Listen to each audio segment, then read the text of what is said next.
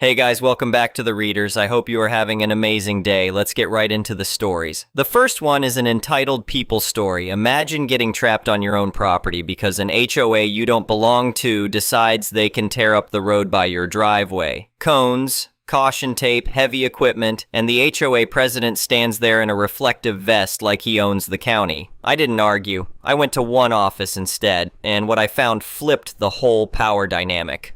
I need to start by saying that I never expected to be the kind of person who gets into a war with a homeowners association. I'm not even in an HOA. My property is a standalone farmhouse that's been in my family since the 1970s, sitting on about 3 acres at the end of a long country road. The house is old but solid, the kind of place with real character that you just don't find in cookie-cutter subdivisions. About 5 years ago, developers bought up all the land around my property and built one of those upscale planned communities with identical houses, manicured lawns, and rules about everything from fence height to what color you can paint your front door. The neighborhood sprawls around my farmhouse like someone built a fancy picture frame around a painting that was already hanging on the wall. My driveway connects to what used to be a quiet, rural road, but now that road serves as the grand entrance to their community. The thing is, I was here first. My property deed is clear, my taxes are paid, and I have absolutely nothing to do with their HOA. I didn't sign any agreements, I'm not bound by their rules, and I certainly don't owe them anything. You'd think that would be obvious to everyone involved, but apparently not. The HOA president is this guy who I'll call Richard because that's the most fitting description I can think of without being too specific. Richard is retired from some middle management position at a company nobody's heard of, and he treats the neighborhood like it's his personal fiefdom. The man actually wears a high-visibility vest when he walks his dog like he's conducting official business. I've seen him stop people to tell them their grass is a 1/4 inch too long or their Christmas lights stayed up 2 days past the approved date. Richard has tried to cite me before. About 6 months after the neighborhood was fully built out, I found a note tucked into my mailbox complaining that my mailbox didn't match the approved community aesthetic. I threw it away. Then there was a complaint about my barn being visible from the street. I ignored that too. He sent me a printed notice about my pickup truck being parked in my own driveway overnight, claiming it violated some commercial vehicle restriction. I used that one to start a fire in my wood stove. The pattern was clear. Richard wanted me to fall in line like everyone else, and he couldn't stand that I was outside his jurisdiction. Every time I ignored him, I could practically feel his frustration building. But I had more important things to worry about than a bored retiree playing neighborhood dictator. Then came the day that changed everything. I was heading out to check my mail on a Tuesday afternoon when I noticed the little slip in my mailbox indicating I had certified mail at the post office. I figured it was probably some insurance paperwork or maybe something related to property taxes, so I drove into town to pick it up. The postal clerk handed me a thick envelope that required my signature, and I could feel multiple pages inside. When I got back to my truck and opened it, I found myself staring at one of the most absurd documents I'd ever seen. It was an invoice on official-looking HOA stationery, complete with their neighborhood logo and a footer with legal language about binding arbitration. The amount at the top made me do a double take. $4,852.50. The invoice was titled Mandatory Community Infrastructure Upgrades, and below that in smaller text it specified that this was for repaving and resurfacing the main entry road. There were line items breaking down the cost per household, plus an additional assessment for what they called common area maintenance. The whole thing was written in that pseudo-legal jargon that's designed to sound intimidating without actually saying anything meaningful. The letter accompanying the invoice was even better. It went on for 2 full pages about community responsibility and shared infrastructure. There was a paragraph about how all residents who benefit from community amenities must contribute to their upkeep. Another section threatened late fees of $50 per day after the 30-day payment deadline. The final paragraph stated in bold text that failure to remit payment would result in a lien being placed on my property and potential legal action to recover costs.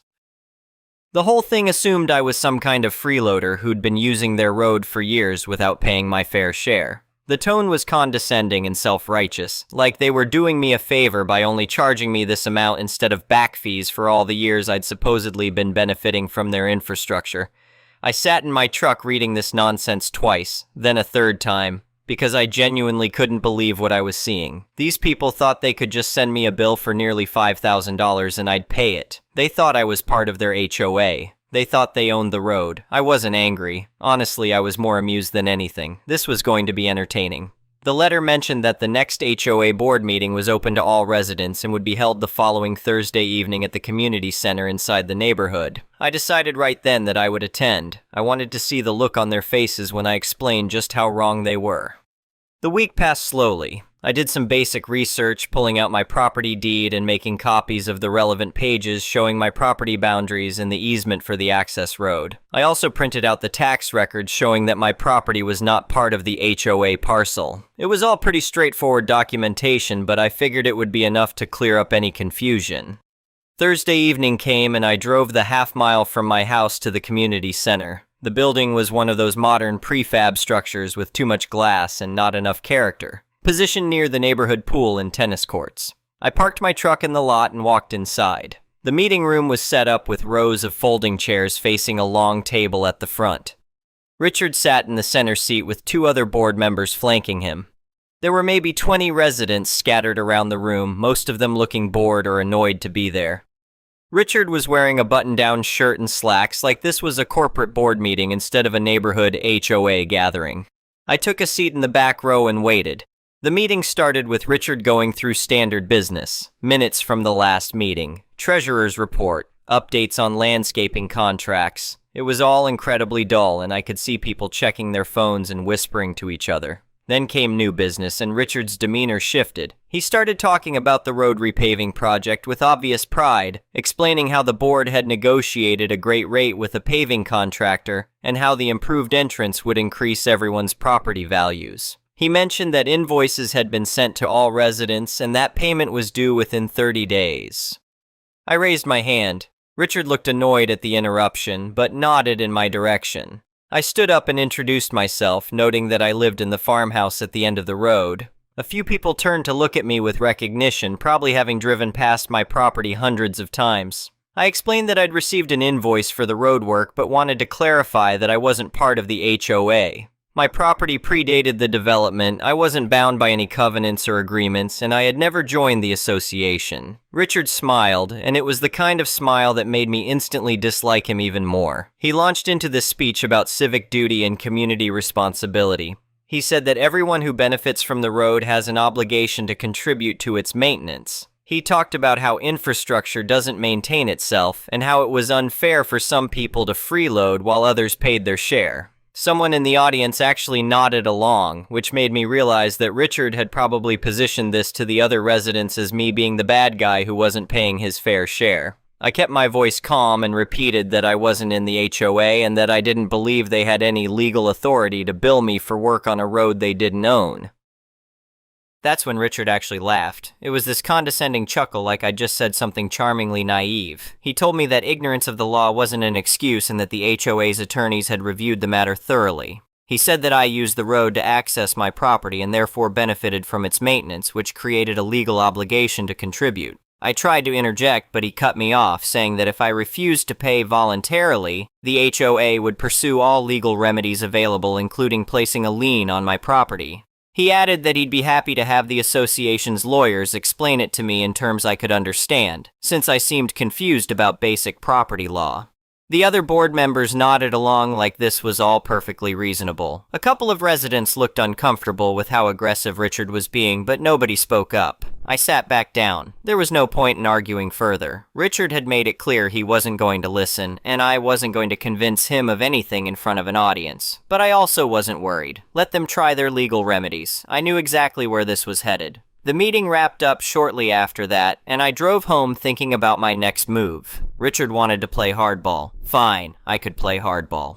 A week and a half later, I was working in my barn when I heard the rumble of heavy equipment. I walked out to the road and saw a sight that almost made me laugh out loud. There were 2 dump trucks, a roller compactor, and a crew of workers in hard hats starting to tear up the asphalt right where the main road met my driveway. And there, standing in the middle of it all, wearing his high-visibility vest and gesturing like he was directing an airport landing, was Richard. The workers had set up orange cones and caution tape across the entire width of the road, effectively blocking my access. My truck was parked in my driveway on the far side of the work area, meaning I was temporarily trapped on my own property. Richard saw me watching and actually waved, this big theatrical gesture like we were old friends. I could see the smugness radiating off him from 50 yards away. He thought he'd won. He thought this show of force would make me give up and pay. I waved back and went inside. It was time to do some actual research. The next morning, I drove my 4-wheeler around the worksite to get to my truck, then headed to the county seat. My first stop was the assessor's office, where I requested copies of all the plat maps and property records for my area going back to when the development was first proposed.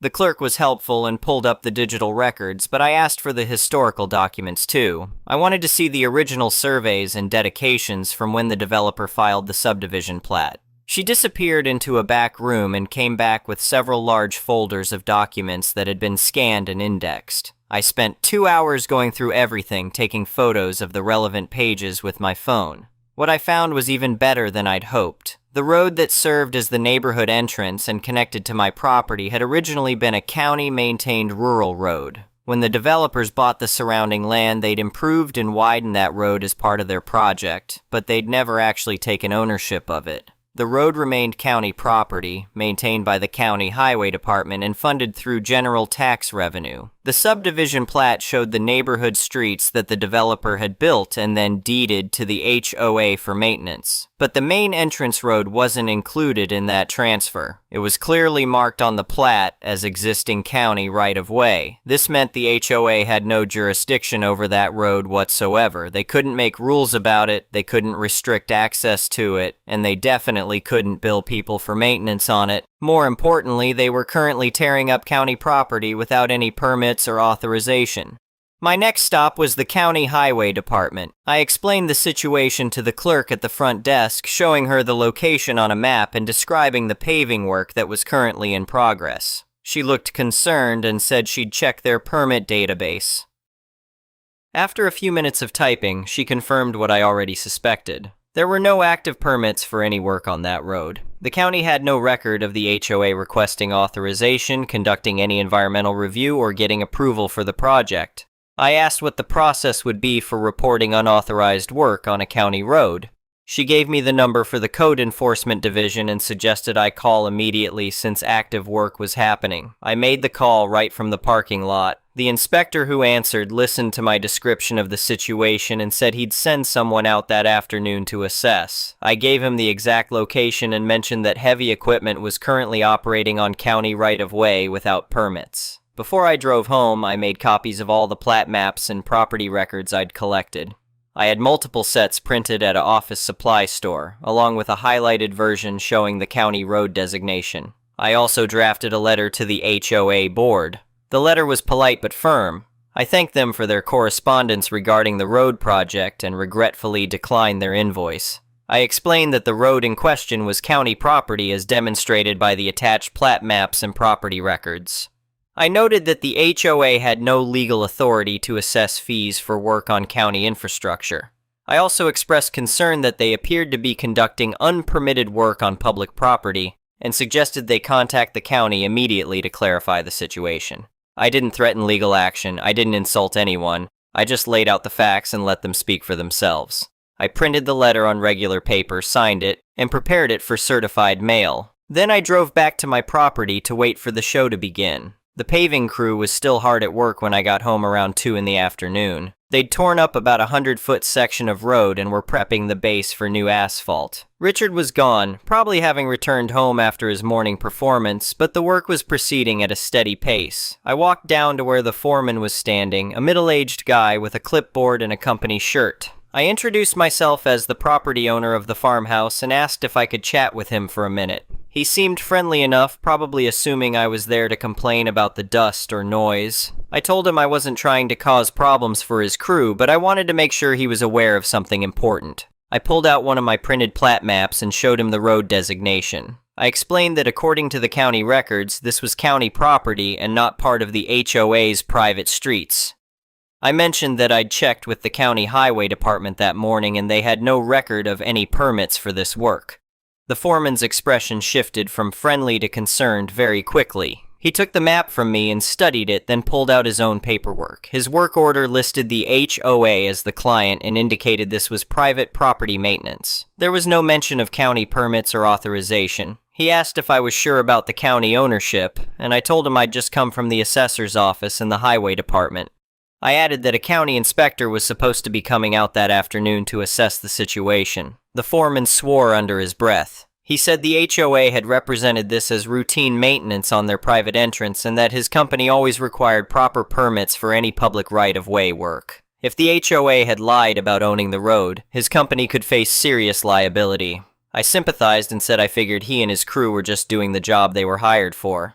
I suggested he might want to contact his office and put the work on hold until the ownership question was resolved. He thanked me and immediately got on his radio. Within 10 minutes, the entire crew had stopped working. The foreman was on his phone having a heated conversation with someone, probably his boss or the company's lawyer. The workers stood around looking confused, but the equipment went silent. About an hour later, a white truck with county markings pulled up. A man in his 50s got out carrying a tablet and a camera. This was the code enforcement inspector. He introduced himself and asked me to explain the situation. I walked him through everything, showing him my property deed, the historical plat maps, and pointing out where the work was taking place. He took photos of the torn-up road, the equipment, and the work area. He pulled up something on his tablet that I assumed was the county's GIS system, and confirmed that this was indeed county right-of-way. His expression was grim. He said that unpermitted work on county roads was a serious violation, especially when it involved tearing up existing pavement. The county would need to verify that any new work met their standards, and whoever authorized this would be liable for restoration costs if it didn't. He approached the foreman and they had a conversation I couldn't fully hear, but I saw the inspector hand over some paperwork. The foreman looked increasingly unhappy. After about 15 minutes, the inspector returned to his truck and drove away. The foreman gathered his crew, and within half an hour they were loading up their equipment. Before they left, the foreman came over to me and said his company was pulling off the job immediately. He said they'd be billing the HOA for breach of contract since the HOA had misrepresented the nature of the work. He also mentioned that his company would not be returning to complete the project under any circumstances. I watched them drive away, leaving behind a torn-up road surface and a work site that looked like it had been abandoned mid-project. The orange cones and caution tape were still up, and there was exposed gravel and base material where the old asphalt had been removed. It was glorious. I went ahead and mailed my certified letter to the HOA board that evening. Then I sat back and waited for the fallout. It didn't take long. 2 days later, I saw Richard walking down the road toward my property. He wasn't wearing his high-visibility vest this time, and his expression was thunderous. I met him at the end of my driveway. He started yelling before he even reached me. He said I had sabotaged the HOA's project and cost them tens of thousands of dollars. He claimed I had no right to interfere with their contractor and that I would be held personally liable for the damages. I let him rant for about 30 seconds, then calmly asked if he'd received my letter. He said he had and that it was full of lies and misinformation. He insisted the HOA owned the road and that I was trying to get out of paying my fair share. I asked if he'd actually verified the ownership with the county. He said he didn't need to because the HOA's lawyer had confirmed everything. I pointed out that unless his lawyer had checked the actual property records, they were working from bad information. Richard said the HOA would be suing me for tortious interference and that I should expect to hear from their attorneys. Then he stormed off. I wasn't worried. Let them sue. I had all the documentation I needed, and more importantly, I hadn't actually done anything wrong. I'd simply informed a contractor that they were working on county property without permits, which was completely true. Over the next week, things escalated in ways that were both predictable and entertaining. The county sent the HOA a formal notice of violation for conducting unpermitted work on public right-of-way. The notice included a deadline to restore the road to county standards and mentioned potential fines if the HOA didn't comply. The HOA apparently ignored this notice, probably on Richard's advice, which turned out to be a spectacular mistake. The county sent a second notice with much stronger language and a citation for the actual violation. This one included a fine schedule that started at $500 per day. I learned all this because the county inspector stopped by my property to update me. He said the county was taking the matter seriously because unauthorized work on public infrastructure created safety and liability issues. He also mentioned that the road would need to be properly restored and that the county would do the work itself if the HOA didn't comply, then bill them for the costs. Meanwhile, the paving contractor apparently made good on their threat to bill the HOA for breach of contract. I heard through one of the neighborhood residents who I occasionally talk to that the contractor was demanding payment for mobilization costs, wasted materials, and lost time. The amount was somewhere in the $30,000 range. The torn-up road sat there for 3 weeks, getting worse every time it rained. The exposed base material was washing away, creating potholes and drainage issues. County vehicles had to navigate around the mess, and I'm sure the neighbors weren't happy about driving through a construction zone every time they came home. Finally, the county lost patience and sent out their own crew to fix the road. I watched from my porch as professional highway workers spent 2 days properly preparing the surface, laying new asphalt, and installing proper drainage. The work was done to county standards with appropriate permits and inspections, and then the county sent the HOA a bill for the work. I don't know the exact amount, but my contact in the neighborhood said it was over $60,000. The county charged for materials, labor, equipment, and administrative costs, plus the daily fines that had been accumulating since the original violation notice. The HOA residents lost their minds. Apparently, there was an emergency meeting where the treasurer explained that the association didn't have $60,000 in reserves and would need to levy a special assessment on all members to cover the costs. This was on top of the $30,000 they owed the paving contractor and the $5,000 they'd spent on their lawyer to get bad advice about road ownership. People started asking questions about how this had happened. Who had verified the HOA's authority to work on that road? Why hadn't anyone checked the property records before starting a major project? How could the board have been so incompetent? All roads led back to Richard. He'd been the one pushing for the road project. He'd been the one who insisted the HOA had authority over the entrance road. He'd been the one who authorized the work to begin without proper verification. The neighborhood residents organized a recall petition. I heard it took them less than a week to gather enough signatures to force a vote on removing the entire board. The meeting where that vote happened was apparently standing room only, with people lined up to give speeches about the board's incompetence and fiscal irresponsibility. Richard tried to defend himself, arguing that he'd acted in good faith and that the real problem was me interfering with their project. But nobody wanted to hear it. The residents were looking at massive special assessments because of his arrogance, and they were furious. The board was recalled by an overwhelming margin. Richard and the other board members were removed from their positions effective immediately. A new interim board was elected from volunteers in the room with the understanding that they'd serve until proper elections could be organized. I wasn't there to see it, but I heard about it from my neighborhood contact who called me the next day.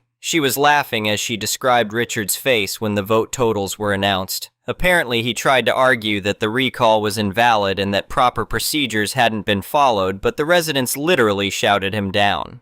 The new board's first action was to formally apologize to me for the previous board's harassment. They sent me a letter acknowledging that I was not part of the HOA and that they had no authority over my property or any obligation from me regarding the road. They also confirmed they'd be paying all the outstanding bills related to the project without attempting to collect anything from me. The special assessment they levied worked out to about $1,500 per household.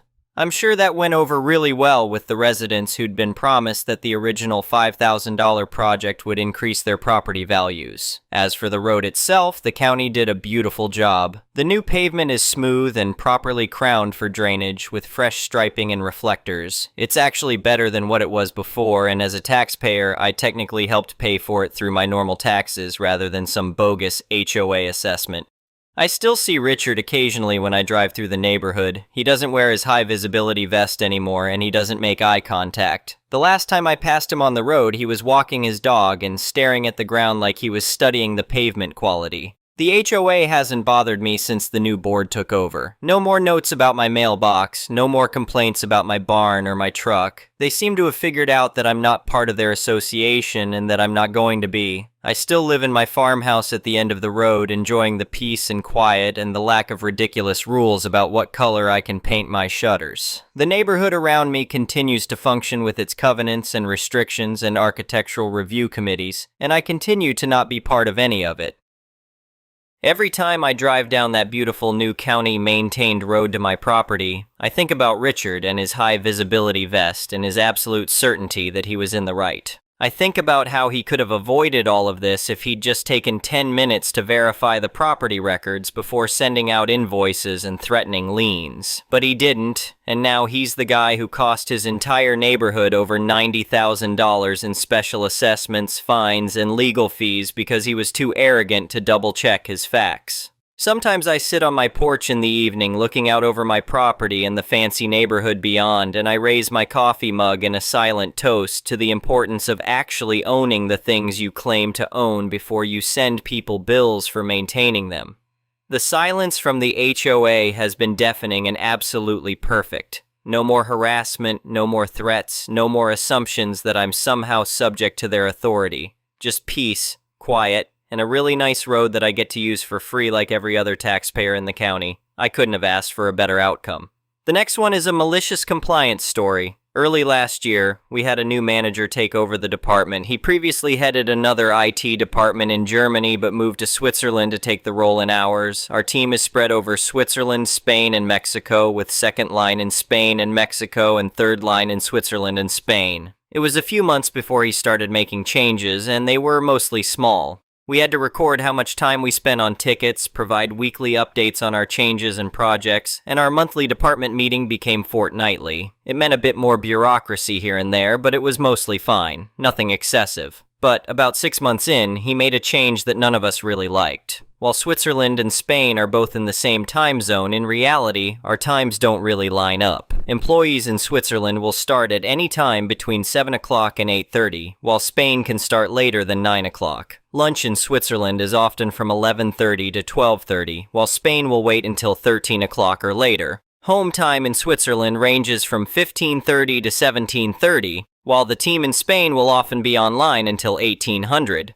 This means that meetings between the third-line teams usually take place between 9 o'clock to 11:30 and 1400 to 1600. That is about 4.5 hours a day. Outside of those times, you risk people not having started yet, having already gone home, or being out for lunch. This is what our new manager didn't like. While he couldn't really do much about lunch times, he saw the opportunity to align our start and end times. After reviewing people's calendars, he determined that enforcing an 8 to 17 working day would cause the least amount of disruption to our schedules. This would increase the number of hours where we're all available by 2 per day or 10 per week. When he told us about the change, none of us were happy, even those that wouldn't be impacted because it already aligned with their usual start and finish times, were annoyed on behalf of those who would be impacted.